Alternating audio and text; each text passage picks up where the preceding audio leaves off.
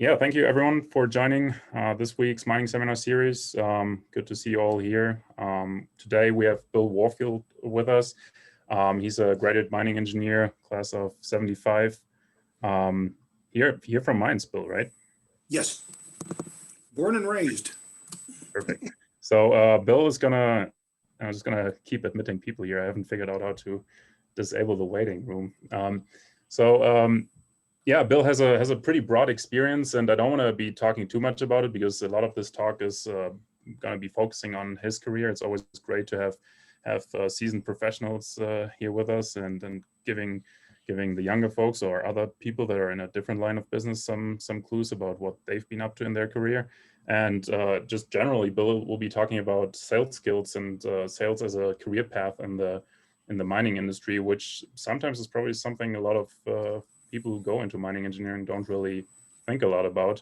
But certainly mining is using a lot of equipment, a lot of instruments, a lot of stuff that gets sourced from other companies. So huge demand for people selling that stuff. So it's great to have you, Bill, and we're really looking forward to your talk. And yeah, please take the stage. And thank you so much for joining us today. Well, thank you for inviting me. You know, when I was asked a couple of months ago to try to put on a seminar topic on technical sales, I thought, oh, that's a piece of cake. That's what I've been doing. That shouldn't take any effort whatsoever at all to discuss the topic of technical sales. And then I started thinking about how do you present a topic like this to a very diverse group of people, some that are looking at entering the profession, to others that maybe have gone through it, and it's an interesting conundrum here, I think, because I had to first of all say, what is technical sales? And going through your mining engineering program, it doesn't matter if you're a miner, a geologist, a mechanical, electrical engineer, whatever your degree from mines is in. Technical sales can kind of fit in with a lot of stuff, but what I have done is I've decided that my definition, and mind you, I looked through the mining engineering handbook, I looked through the different dictionaries and stuff to see if anybody had a real definition of technical sales. I couldn't find one, but my interpretation of it, in the way my presentation is based, is going to work for a company that is not in the production of mineral commodities or quarry, aggregates or anything like that, or a pure engineering company or a construction company. You know, that's kind of you get hired as a young engineer out of mines, and you go to some place like Newmont or Barrick or Rio Tinto or something like that. They've got a definite thing for you to do. That's not technical sales. Technical sales is a job that you work for a company that provides a tangible item, something you can put your hands on, a hammer, a truck, a drag line. Or you can go to work for a company that provides the service work for that kind of physical items. So to be clear, that's what my referring to for technical sales is. Now, first thing I want to do is I've got a disclaimer. And if you've seen too many presentations and stuff, you understand that they have, a lot of them have disclaimers about them. This is not a financial disclaimer. I want to be very clear on this, that what I'm relating to you is the experiences that I've had in my career. And most of all my experiences are unique to me, as they are to each individual that goes through these things. This presentation probably would have been drastically, well, I'm not saying probably, it would have been drastically different a year and a half ago over what it is today, because COVID has completely changed the way that people do things. And I'll try to relate some of those things by getting into my pre-COVID experience and then dealing with people that I do know and that are still working in the field, and trying to relate to things that in this post-COVID world. We don't know what's going to happen. We don't know if things are ever going to go back to what classified as normal, but we'll try to do our best to rationalize and give you a brief explanation of the differences between things. If you go to work for a company, whatever I relate here, I just want you to know that no two companies have their same programs, have the same training programs, have the same starting jobs. Sometimes you'll be hired as a young engineer right out of school and thrown out into a sales position, and they expect you to learn on the go. The right way, my feeling, the right way to do it, and the way a lot of the bigger companies and stuff that do hire young engineers out, they put them in the factory. They put them in a position where they learn the products, they learn the company, they learn what's going on, so that after they've been in some kind of an experienced technical situation, they can then go out and relate with customers and know the products so that they can walk into a customer's office and understand what's going on and be able to explain pros and cons, benefits, that kind of a thing. But there again, it's kind of like, you ask a young mining engineer, where are you going to be in 5 years? What are you going to do with that degree you've got? Everybody's going to be different. It is what you make of it. It depends on what you want to do with it as to how it's going to happen and what you do with your career. I had an interim when I a little background. When I said that I was actually born and raised in at mines, my father was is a graduate mining engineer, as I've got an uncle that's a graduate engineer or mining engineer, and another one that's a metallurgist. And so I kind of grew up in the industry. Though my dad was in civil construction, ended up driving tunnels and working on dams and things like that. But at the time that I went to mines, I started out with a slide rule. And by the time I left, we were using HP 35s, HP 45s, small handheld programmable computers, that kind of a thing. Kind of starting my sales career was along the same lines. When I started, I was given a shoebox filled with business cards, and those were my business contacts. Today, you've got people like Salesforce and others that collect all the analytics. They drive everything. God, I can remember when I was, my first job was with Ingersoll Rand Company, and there were 5 or 6 graduates of my class that all went to work for Ingersoll Rand out of college. And everybody had a little bit different experience. We had people that went to the factory and became factory engineers. We had people that went Ingersoll Rand International, all over the place. But you talk about the biggest thing right now is communications. And my first assignment, I was down in New Mexico, living in Albuquerque, had the Grants Mineral District, which was the heart of the uranium district, and everything from Farmington to Gallup to Albuquerque up to Cuesta. That was my territory, all mining that fit into that except for the coal field. And I can remember going out and calling the office whenever I ran across a payphone, which when you're out on the reservation could be once a day.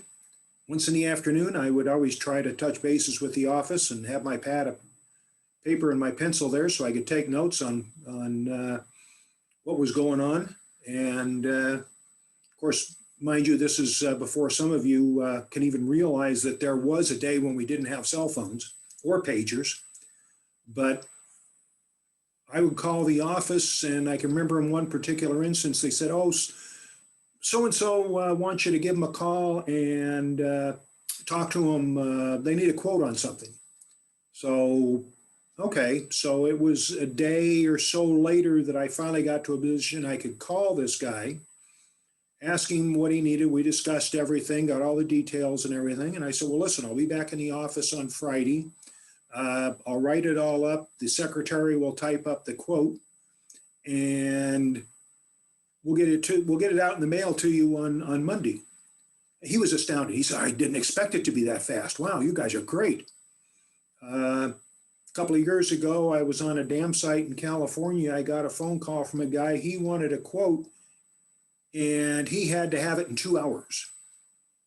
So pulled up my computer, pulled up on top of a hill where I got good reception, typed out a quote, and emailed it to him. So things have drastically changed today over what it used to be. And that's where I say things have just completely changed over the course of my career. God, when I started out, it was a 3 martini lunch that sometimes ran into dinner. Bar napkins were legal tender. We would sit and the person that I was kind of shadowing a little while. I remember him sitting in. I think he did it for effect, but he sat in a bar and he had a contractor that wanted to buy some portable air compressors. He had him write out the order on a bar napkin. The guy signed it, turned it in, and that's what we did. Boy, today I know companies that you're not even allowed to have alcohol on your receipt if you're even allowed to take a customer out for entertainment. So the world has definitely changed for what we see is gone on from my career to what it is, what's going on today. When we're talking about technical sales, and I guess the biggest thing is you're looking at a company that you're going to go to work for. And I think the biggest thing that I look at today is in analyzing a company, how do they take their product to market? Are they a manufacturer that sells directly to the end user? Are they a manufacturer that works only through distribution? They have no outlets of their own? Or do they sell to some customers directly in some areas, and in other areas they only work through distributors? When you're getting a job offer or you're looking at working for a company that is moving product or services, you need to kind of take a look. And that's one of the things that I feel is very important is what is their path to market? How do they do things? And I'll use a couple of companies that I know. Caterpillar is one. Everybody's familiar with Caterpillar. Caterpillar takes everything through distribution. You've got Wagner Machinery in Colorado. You've got Empire in Arizona. You've got Cashman in Nevada. And those are their distributors for the mining districts. If you work for Caterpillar as an engineer, you might be very heavily involved in the product side of things. You work with the distributor and with the customer, but you don't sell anything. It's the distributor that actually takes gets the check from the customer when they purchase it. I work for Ingersoll Rand, and their drilling division got bought out by Atlas Copco in 2004. And at that time, Ingersoll Rand had 22 company stores. They had areas of distribution. Their company stores were set up in areas where they could not find a distributor that would do them adequate job. And a number of those stores went over with the Atlas Copco side of things. So that was kind of what I call a hybrid model, where they certain areas they will sell through distribution, and then in other areas they serve direct. If you serve direct, you've got to have a service or support organization to support your direct sales. That's one thing that if you look at Caterpillar and Volvo and those right now that don't have any company stores, I can't say, I think Volvo has one maybe left, but you got to have a support mechanism out there to service the customers and what they need. These are people that are ones that you'll probably run across. I know some of these are ones that have been interviewing on campus, but these are companies that hire mining engineers, and expect their engineers to be able to sell their products. You got Epiroc and Sandvik, or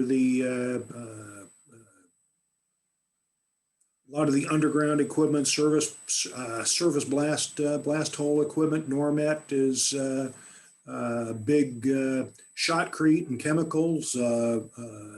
Volvo you see all over the place, construction equipment. I go down through this list. Doosan is the company, South Korean conglomerate that bought the Ingersoll Rand portable air compressor line. You've got people like Master Builders and Mapai that are chemical people. Jamal is probably pretty familiar with them because of all the slurries and things like that they do in the chemicals for the TBMs, amongst other things, grouting and so on. You've got Dyno and Orica, which are your two major explosive manufacturers. And I can go through every company here that is listed, and I know of mining engineers that have worked for every one of these companies, and off the top of my head, I can't think of a single company here on this list that I have not run across a mines graduate on their staff at one time or another. And these are just the major guys. These are the ones that will show up on campus and you'll run across on various job sites and things like that. There's smaller companies. In my career, that I've worked for big sales organizations. I've worked for big mining companies. I've worked for small mining companies. I've worked for small sales outfits. I've worked for US-based companies, Canadian-based companies, Swedish-based companies. Like a lot of people that have degrees from mines, you've got a broad experience, but there's a lot of small people that you can work for, and I work for one company that their moniker was that they sold everything from rope soap to dope, and by dope it's pipe dope. But we would get out there, and my boss used to say, "To hell with the horse, just load the wagon." You find somebody that wants to buy something, and we ran around, and I was the mining salesman for everything south of Interstate 80 in Nevada, and it got me all the way down to Cathedral and south of Las Vegas to, I was there when Bullfrog and stuff was first getting started in Beatty, and we just did a lot of everything. You develop relationships with people. But at the same time, it gets back to that, how does a company take their product to market? And I say you've got to look at different companies. You've got to look at the history of the company and how they handle a geographic area. The geographic area might be North America, or it might be the state of Nevada. But how dedicated are they to that that market? That gives you an idea of both job stability and also what kind of reception you're gonna get out there. There was a mine in Nevada south of Hawthorne, which was Candelaria. Um, they changed ownership a couple of times, but I knew everybody. The chief engineer was a classmate of mine. Uh, Purchasing agent was a guy that I knew that from Anaconda in New Mexico. We'd known each other for a few years. And first time I walked into his office and I sat down, I expected that, okay, this is going to be good. I'm going to start getting some orders from these people. And he just looked at me and we, BS for a while back and forth. And he finally said, Bill, let me show you something.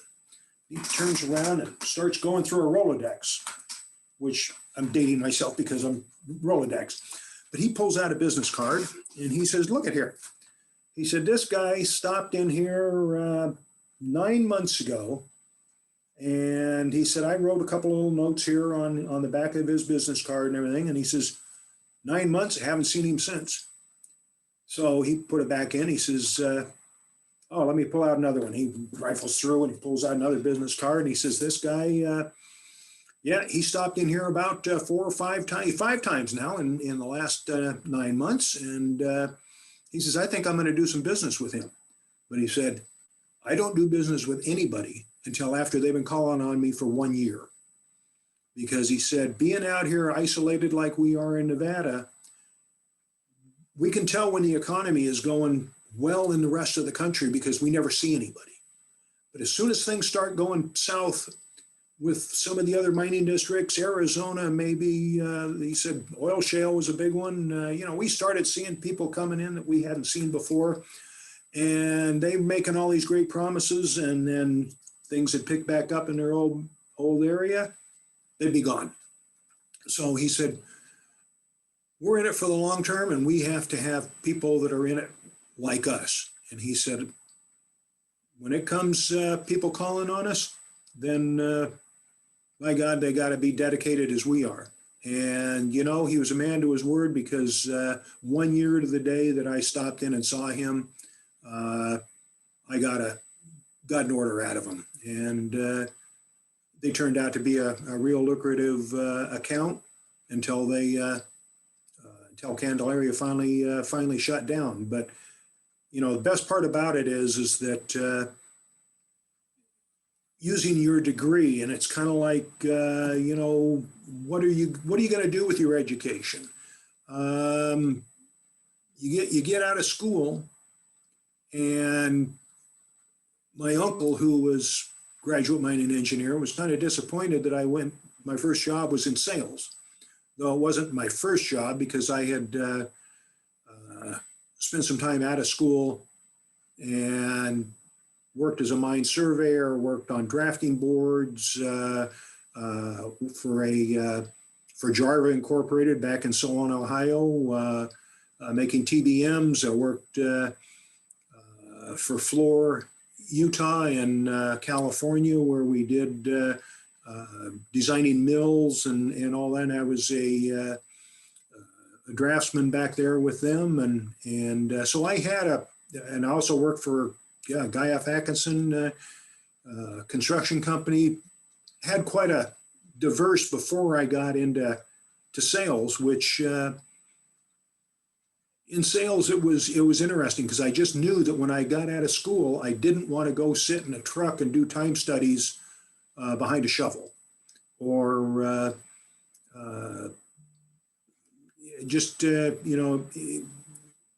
sales was something new and different.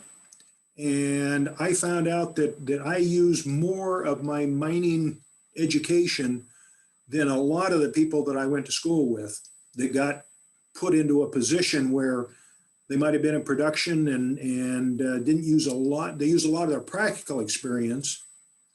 But I can remember in New Mexico, with the uranium boom and a lot of the stuff that was going on, I'd sell a big rotary screw air compressor to one mine, sold a number of reciprocating units to another mine, where we got into heat loads, and we used the the heat that came off of the air compressors, off the coolers and stuff to use to heat the dry and to heat the tunnel that was put between the dry house and the shaft collar. Even got involved in the first Ingersoll Rand relatively high altitude centrifugal air compressor that we sold to Gulf Minerals at their Mount Taylor operations. Centrifugals at that time had been all low level oil field stuff. The only other high level one had been sold by, I think, Joy Manufacturing, might have been Joy, to the Urad mine up in Colorado.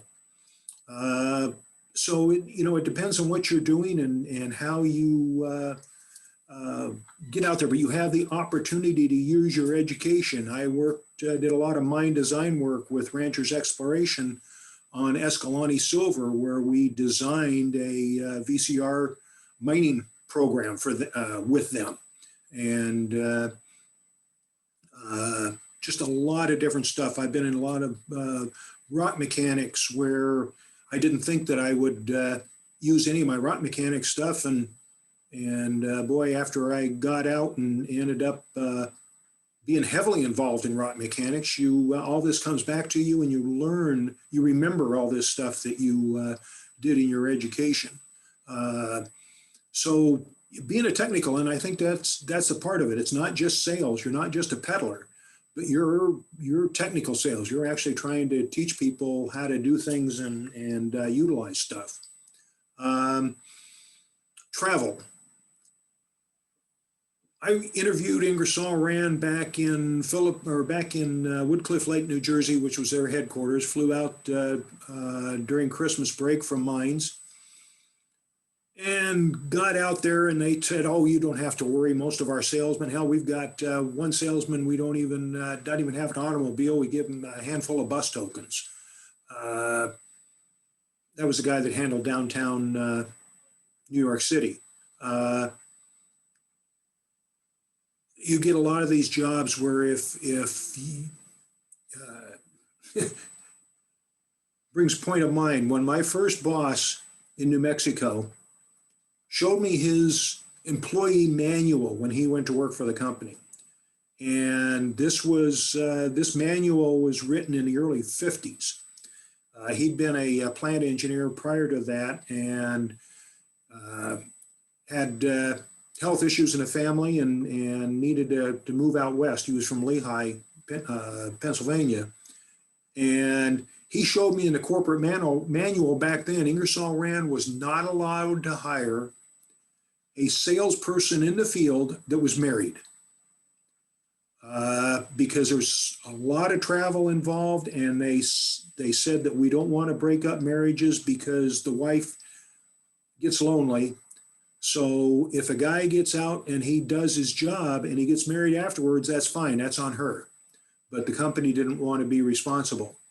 And I know I've worked with people before that, God, there was one guy who was a field service guy that he said the only time he ever saw his wife is at the airport. She'd come and give him a change of suitcases with clean clothes in it and stuff, and he'd be back on the road to someplace else.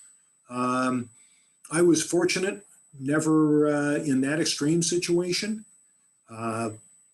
Ingersoll Rand was a great company. They would start their sales meetings on Tuesday and try to wrap them up on Thursday, Friday at the latest.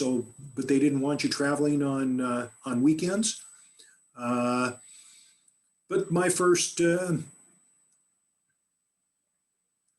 5 years or more, I was probably gone once I got out in the field at least 3 nights a week. Some of those companies that I listed there are European-based companies and so on. They start their sales meetings first thing Monday morning, and a weekend is a great time to travel. Because they run a lot of their stuff Monday through Friday. So it depends. You look at the structure, you look at the company that you're going to go to work for, and how do they do things? How do they treat their people? Communications, that's evolving. one of the arguments that I have is that I've always felt that it's a personal contact. And young salesman that we had, he was an engineer, South Dakota Tech. That doesn't mean anything, but I was asking him. I was working with him on with a contractor one day. We were quoting him some stuff, and I asked him. I said, "Well, so what did Lou say?" "Oh, haven't been able to get in touch with him." I said, "Well, did you get him the quote?" "Yeah, I emailed it to him." I said, "Oh, and you haven't heard back?" "No," he says, "I've been tweeting him, and I've been texting, and I just been trying to, and he won't answer, and he won't get back to me." I said, "Well, gee, I mean, here you are all versed in this stuff." And I said, "This guy's probably a 57-year-old field superintendent that gets back in the office on Friday afternoons and has to have the secretary help him turn his computer on." I said, "We've been on the job site. We know that there's no cell phone service down there, so he's not going to respond to anything you do on the cell phone. Why don't you just jump in the car and drive down there?" He goes, "Well, God, that's a 3-hour drive." I said, "Yeah, you're asking him to buy $250,000 worth of stuff from you. Isn't that worth something?" He couldn't understand that. He did not want to drive down and talk to the customer. He wanted to do everything remotely, and he couldn't understand why. Ended up he lost the business because there was somebody that did care enough to go down and sit down face to face with the guy, sit in his pickup truck, and convince him what was going on. And that's where it's owning the deal. I mean, this is technical sales. If you've ever gone into some place and tried buying something, watch your parents buy an automobile. If you've gone in and even dealt with a salesman at the AT&T or any place buying a cell phone, basically that person is a technical salesperson because they understand their product. They're doing all the technical things. It's a very technical piece of equipment that you're buying.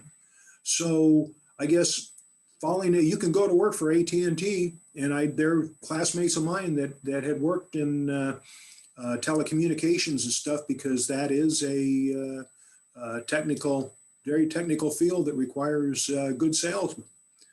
So you've got to convince that person to buy from you. It's basically, and I get into this later, but one of the things I learned very quickly, and I think it was from the guy that actually sat at the bar stool and wrote the order out on a bar napkin, was that there's other people out there selling the exact same thing that you are. What you've got to offer is not that radically different than anything else. And I am buying this because I know this guy. I know him, I believe him, and if he says something, that's the way that it is. In this business, never lie to anybody, because you can't remember who you told what lie to. So tell the truth, and it might hurt. You might have screwed up. Maybe something happened. Maybe there was a problem with what you sold them, and as it came out of the factory and there was a warranty consideration or something. Nobody expects everything to work the first time, or to work entirely, unless you buy a cell phone and then, yes, you want it to. But when you're dealing with new prototype equipment, you're dealing with a lot of stuff that's a $3 million truck, a $2 million drill, a TBM, whatever it is. You got to work with those people. You're going to go through growing pains. Everybody's going to go through trying to figure out what this thing is. And one of the biggest problems I'm dealing right now with people, we're talking about maintenance and autonomous equipment.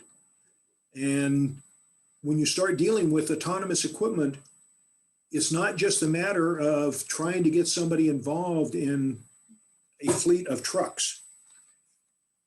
a fleet of trucks is not going to do them a bit of good on their mine site, or even one autonomous drill rig, if they don't have the technology to support it. Because a truck today will have over 200 sensors on it. And those are just the basic sensors. Each one of those sensors has got their own IP address. And if you don't have the bandwidth and the lack of shadows on your property, those trucks are going to go in and out of communication, and then all of a sudden, you got to have. So there's a lot more in what you're doing here, and that's why I say you got to own the whole. You got to know everything about it and get involved with the whole thing so that you know exactly what's happening. Compensation has always been a touchy issue because we never like to compare paychecks and how companies do things. But when you move around from different companies and you find out how things are, Ingersoll Rand had it where they had most of their sales, most of their management had all come up through sales. In fact, it wasn't until later on that the CEO of the company was not somebody that come up through the company through sales. When I started with them out of school, I had a base salary. A year and a half later, that salary was cut in half, and I was kicked out the door and told to go sell something.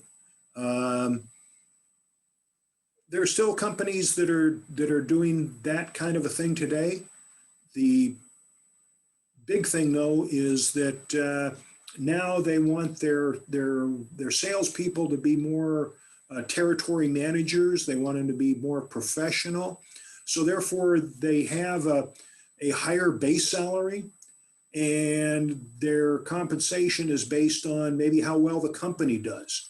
I mean, you can, and that's kind of hard to deal with sometimes when you really go out there and you just bust your butt and you do everything you can, and you're getting in a lot of business, and you see somebody that's kind of not doing as much, and they're have all the excuses and everything.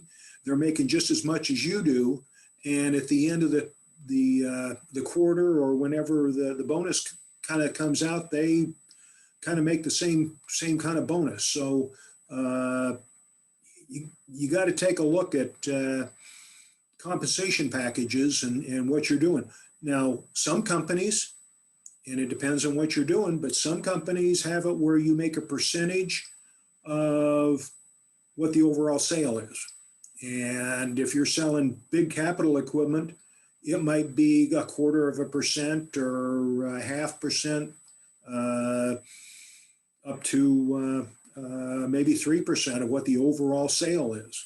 So if you're selling capital equipment, big stuff, it doesn't take much to make some good money. Other companies, on the other hand, have it though where you make a percentage of the profit, and that is the kind of a thing that the company strives for.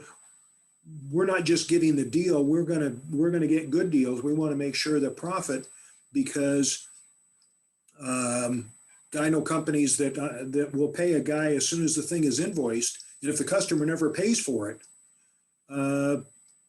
the salesman, sometimes it doesn't come back on him. So you've got to deal with. Oh, I've had other times where we had one guy that sold a bunch of stuff, and turned out that company never got paid for it. So he lost. They came in and withdrew from his paycheck, and he had a negative balance on his paycheck one month.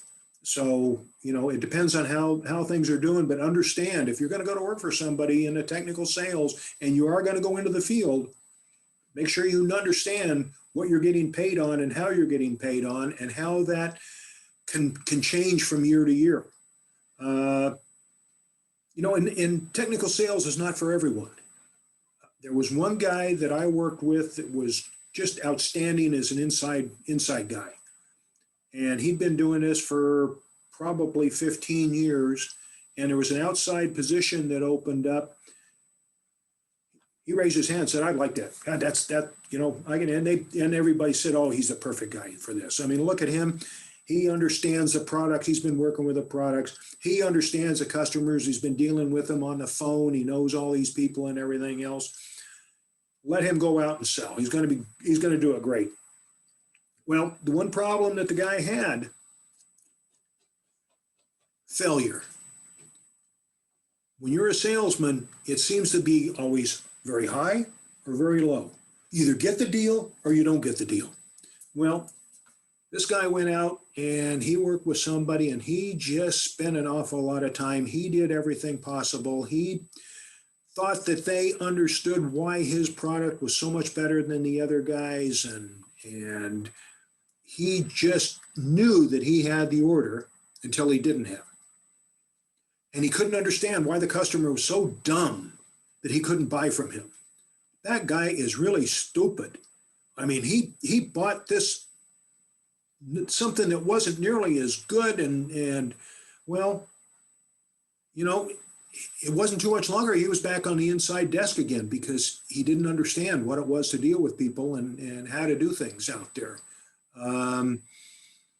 I've had some great bosses, and I've had a couple of guys that are just, I've quit jobs because of some of my bosses. A shout out to Al Fernandez, who graduated with me, and we both went to work at Ingersoll Rand at the same time. He went to, after initial training program, he went Ingersoll Rand International down in Mexico, and eventually came back up to California and became my boss out of, for our Northern California operations and everything. Al was a great boss. I've worked for other people that are just terrible. They look you right in the eye and they'll tell you that you'll never advance with them because you just can't cut it. So either that lights a fire under you, which in this case, I realized that this guy was a complete idiot. So I ended up having to quit the company and leaving. But,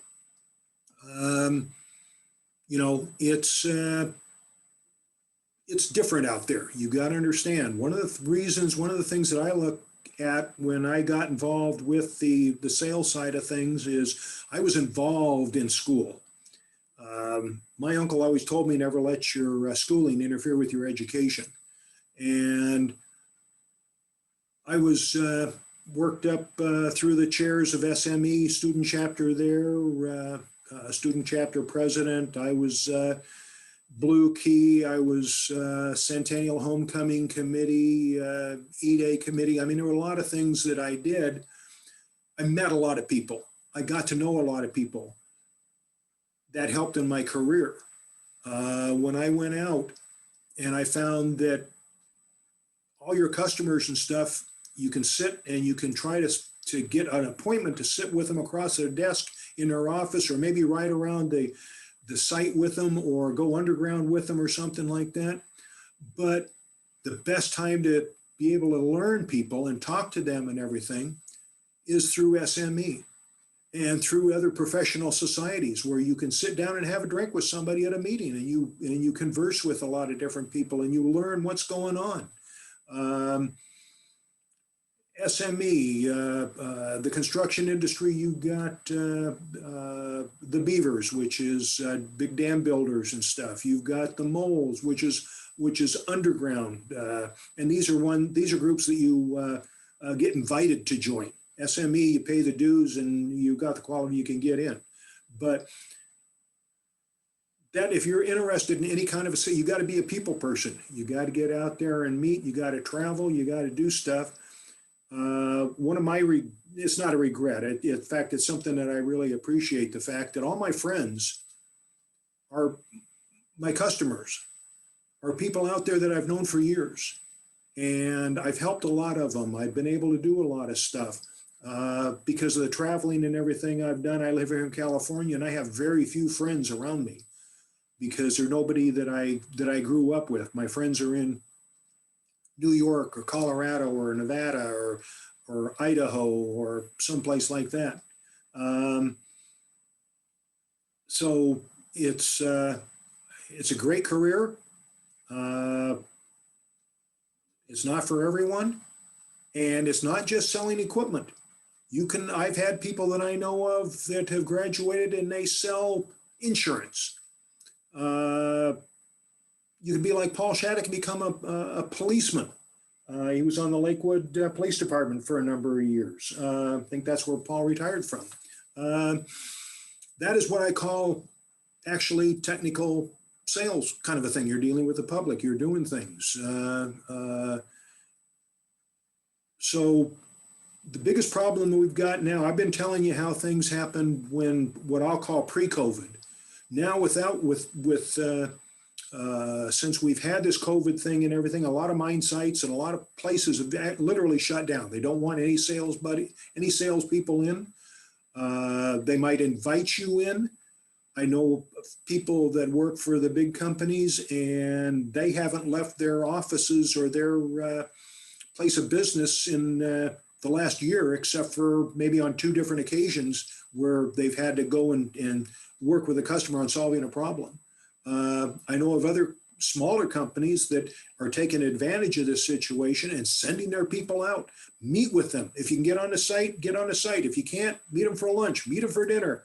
You know, I think the one thing about COVID is that it really shows in a lot of cases what the personal relationship does to the sales side of things. And hopefully we'll get back to that because you buy from people. You know, it's a guy that looks you in the eye and tells you that I'm going to service this thing. I'm going to be here to keep you running. And that's why you get into business and that's how you stay in the business. So I was told early on that when you are in front of the customer, you represent the company that pays you. But when you go back in front of your boss, you represent the customer. You're trying to convince, you know, that, hey, this guy's a good guy. A lot of times you've got to sell your boss on what you've just sold the customer. And like I said, there's a lot of people out there selling the exact same thing, and that's where the personal relationships come in.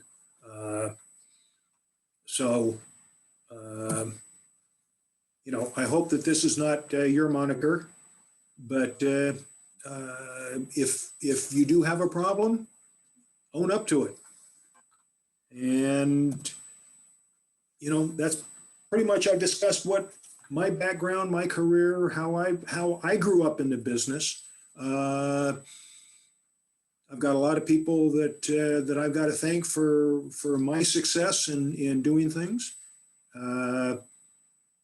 And I'll just open it up. Is any comments, any questions on anything here?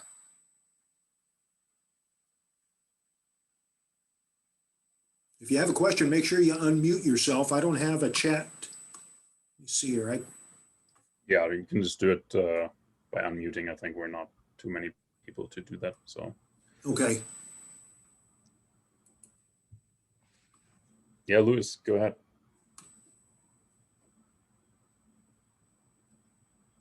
Okay. Can you hear me? Yes. Okay. Hello, everyone. Thank you, Bill, for the presentation. I really enjoy it. I worked for 3 or 4 years approximately in Peru for the Caterpillar dealer over there, that is Ferreros. And much of you described in your presentation, I have experienced myself. I remember that I use my relationships, the mining friends, to get some business quicker, maybe some purchase orders, and solving problems for the customer. And what I enjoyed the most was the fact that getting to visit several sites, several mine sites, making new friends, and at the end of the day, mining is a small world. So I really enjoyed my time over there. And now that I'm here in the US, and hopefully I will join Caterpillar in the next few years. Well, let's try that. But yeah, I enjoy your presentation. Your lessons have really come handy for me. Thank you. Thank you. Thank you. I also spent time when was working for a small Canadian manufacturer. I spent quite a bit of time down in South America, primarily Chile, Peru, and Bolivia, but in the underground business and everything. And yeah, it's yeah, you just take those three countries, and it's so completely different type of mining and the way that they deal with things and stuff. But it's the relationships. And I met the guy that was in fact, he was a classmate of my dad's, who was the manager of Salvador in Chile. And when he worked when Anaconda owned it before it was nationalized. And so I heard some stories about Salvador before I ever went down there and had an opportunity to go underground and stuff. But yeah, it's a small world. I've been in mine sites and in construction sites between the Philippines and all across Canada and Alaska, United States, even over in tunnel projects in Sweden and construction projects in Finland. And yeah, if you want to, you've got the opportunity to really get out and see the world, which you know is not real common. Bill, you didn't mention how much you gave back to CSM. I remember all your career. You were always involved one way or another with the campus, with the alumni association. You always gave back. And can you comment on that? You know, Cadre, it's something that I think I learned from my dad, is that I wouldn't have gotten to where I was without the Colorado School of Mines. And they gave me the ability to get out and do some things that I probably would have not been able, I know I wouldn't have been able to do otherwise. And it was my way of always giving back, as you say. It's helping, mentoring, presentations on campus, the alumni board for 9 years, and you know, I was on Cadre's executive industry council. Yeah. It's just, you know, I still go back every year, and you know, though I haven't this year or last year because we've been canceled out, but we do a short course every year and on underground, on grouting and ground improvement. And that is always a big thing, to be able to introduce the mines campus to industry leaders and people in industry that are unfamiliar and stuff. So it's just like SME and the other things. You get out of it what you put into it. Great, thank you. And you've always been a big help, Cadre. Yeah, we appreciate your giving back always. Thanks. Thank you. I think Paul had a question. Paul, if you want to unmute yourself. Yeah, thank you. Good to see you, Bill. Paul Shattuck here. Yeah, Paul. And as Bill mentioned, I was a police officer, but I didn't end up retiring there. I actually went back into mining and ended up working on rail cars or managing rail cars for XL Energy. But anyway, I just wanted to say that Bill definitely took an interesting route in his career, going right into sales at the beginning. I just wanted to mention there's also an alternative approach, and that is I've personally traveled the route where I got experience out in the field, and then just for a change of pace, I guess, I went into sales a lot later in my career, and I found that that was really rewarding for a while. And then I realized that, hey, what I thought would be glamorous about all this travel turned out to be real stressful for me. And so I only stayed in sales for about 5 years, enjoyed the heck out of it for the first 3 or 4, and then really grew very tired of travel. And also I wasn't used to the rejection. I think you mentioned that a little bit, Bill, about the guy that didn't understand why his customers wouldn't buy his stuff. And it seemed to me the life of a salesman, you had to be kind of have a tough skin, and you had to really understand that every sales call is not going to result in a sale. So I think that's real important. And I think that, so you could have a hybrid career where you do work out in the field, then you sell, or you sell, then you work out in the field. In my case, I took some time off after getting a golden parachute from one company. And that's when I went into police work. Thought I was only going to do that for a year, so it turned out to be 7 years. But then I jumped back into mining, and I was able to continue to leverage my experience in different things. So I guess what I'm saying is, if sales doesn't turn out to be your thing right off the bat, you might find yourself in it later on in life. And just go in with your eyes open and realize that some things are what's wonderful for one person might not be wonderful for another.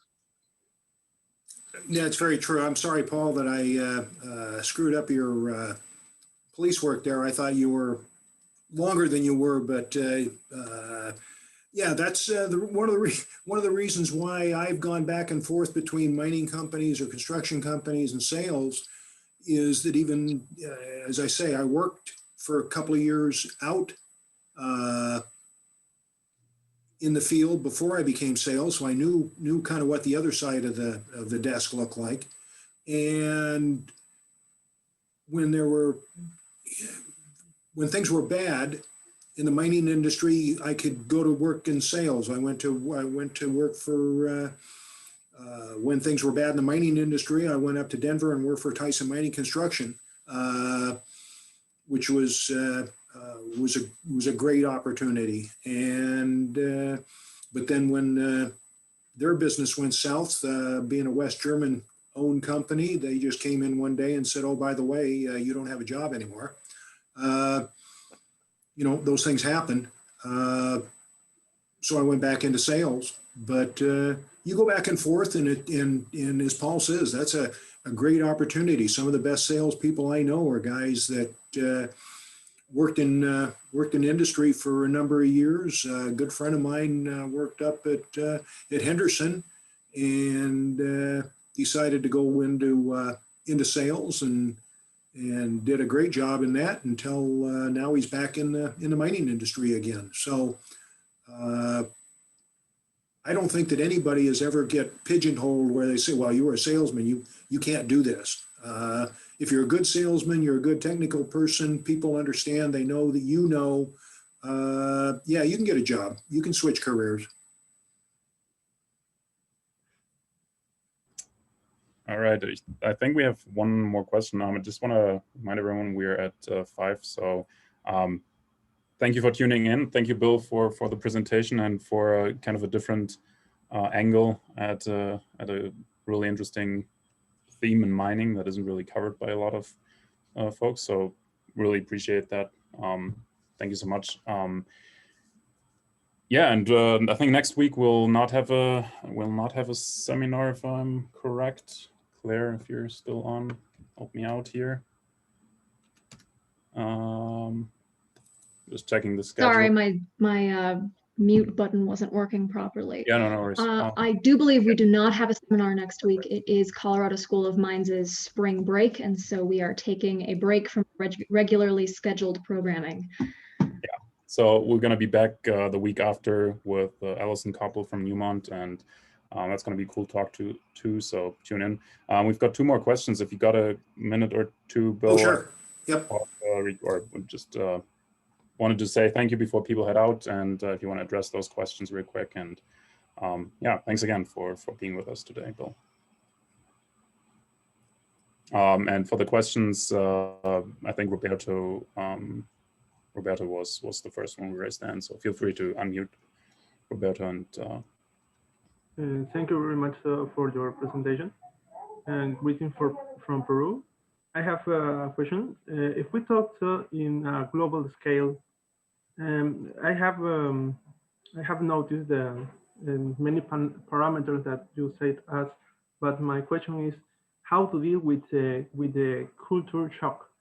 Because if we talk in a global scale, how to deal with that parameter that for me is like in one continent can be like harder, no? If we go to Asia, Africa, or America, how to deal with the culture shock in a sale? My experience right now, and the people that I do know that are doing that, where they're responsible for multiple continents, they are not responsible for themselves. They're in a support position.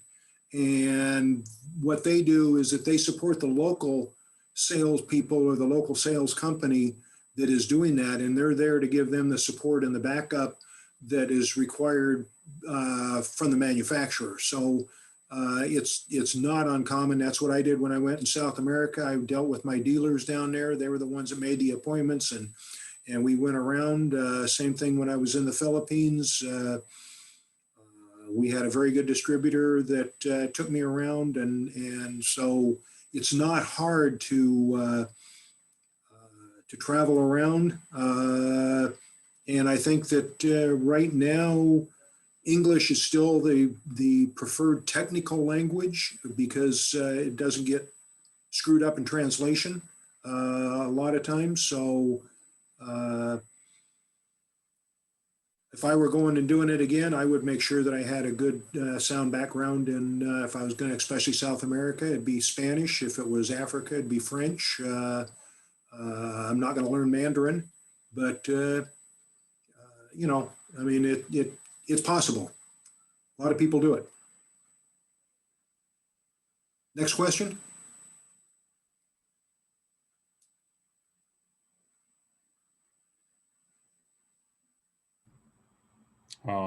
Tassi, not sure if I'm pronouncing the name right. Are you still with us?